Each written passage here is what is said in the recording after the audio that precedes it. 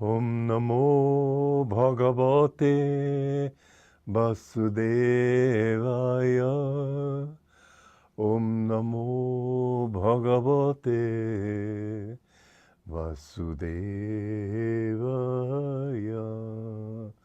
Om, I bow to the Lord Vasudeva. Joy to you, friends. I would like to read stanza 32 from the second chapter of the Bhagavad Gita. Nothing is more propitious than for a Kshatriya, that is to say a warrior, whose duty it is to fight for righteousness, to battle for what is right and true.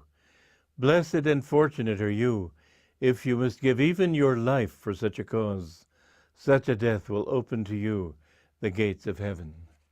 Now remember that, as I said before, the Kshatriya is a whole caste, and it doesn't mean just warriors, nor does it mean political leaders. It means those people who are willing to give up their own personal lives, even their own convenience, who live to help other people. Somebody who is trying to improve himself spiritually, somebody who's trying to get rid of his ego, somebody who's trying to serve others. He is a Kshatriya, even if he doesn't bear arms. He's bearing the metaphorical arms of discrimination, devotion, wisdom, non-attachment, and so on.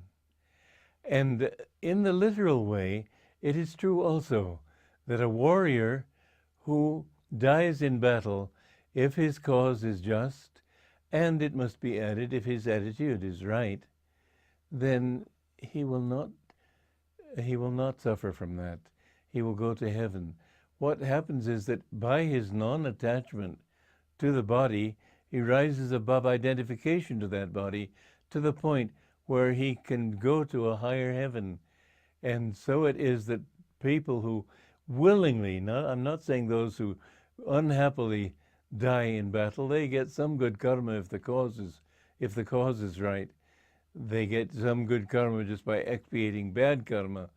But if you are in battle, first of all, don't fight a fight that is not a good fight, not true. If I had been in Germany during the Nazis, I would have tried my best to escape. I'd rather have gone to a concentration camp than fight for a country that was creating so much evil. It's certainly much better to die in such a cause. And if you do, there was one very interesting case of a little girl that Yogananda went to a musical performance, I think it was, in a theater.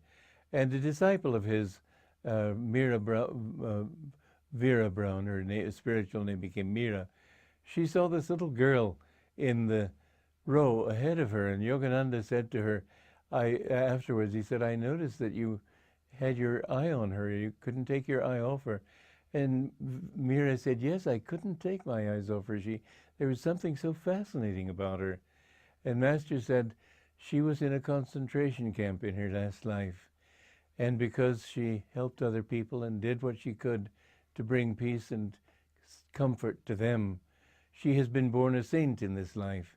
And what you have seen is her saintliness and also her pain in the dark nature of this world, the fact that there can be so much suffering, because she saw so much suffering in her last life.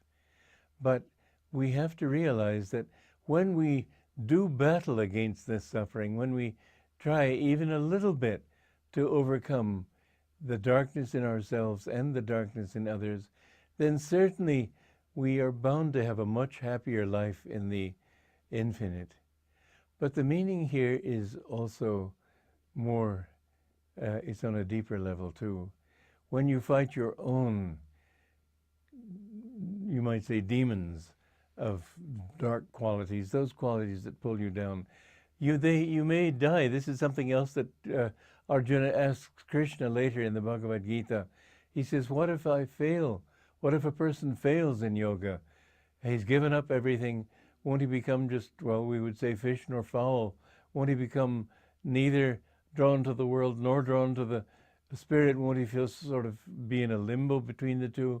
And Krishna says, remember, no good action is ever lost.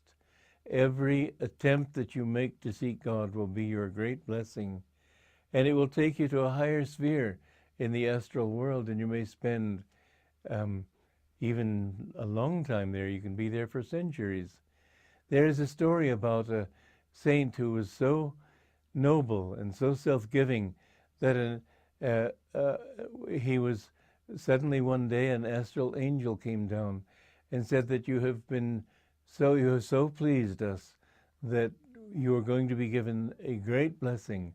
I've come to take you to heaven, even in your physical body. Well, what this means is that he would be able to die without losing consciousness, as most people do when they do die.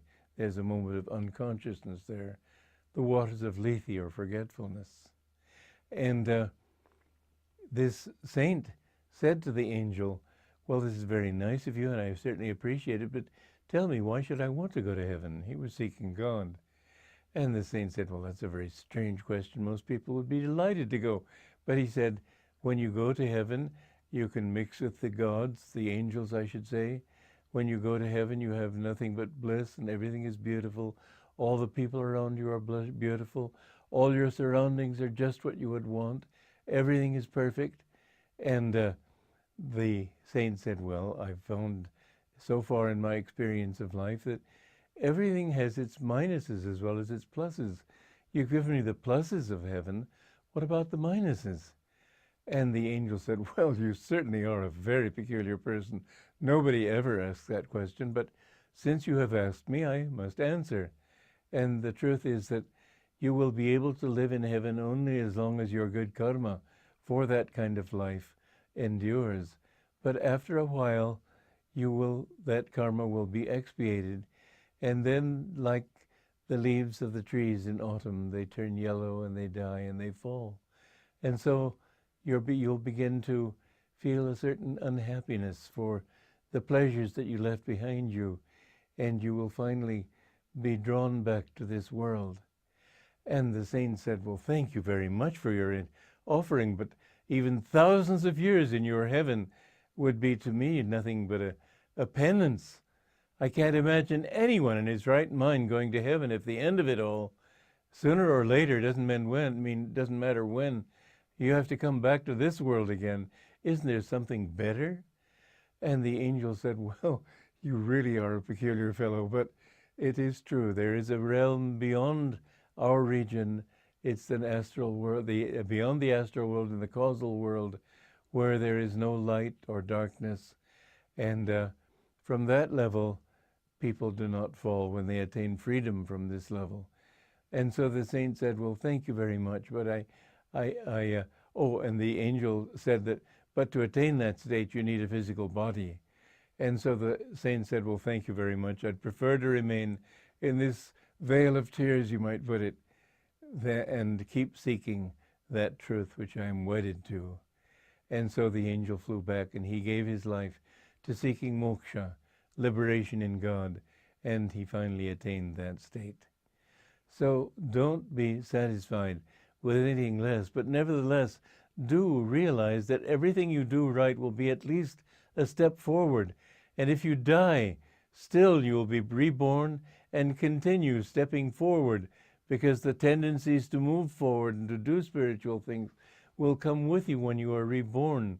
So don't be afraid. Every effort you make in the right direction will finally take you to that ultimate freedom. As Lahiri Maharshi used to say, Banata Banata Banjai, doing, at last done. Joy to you.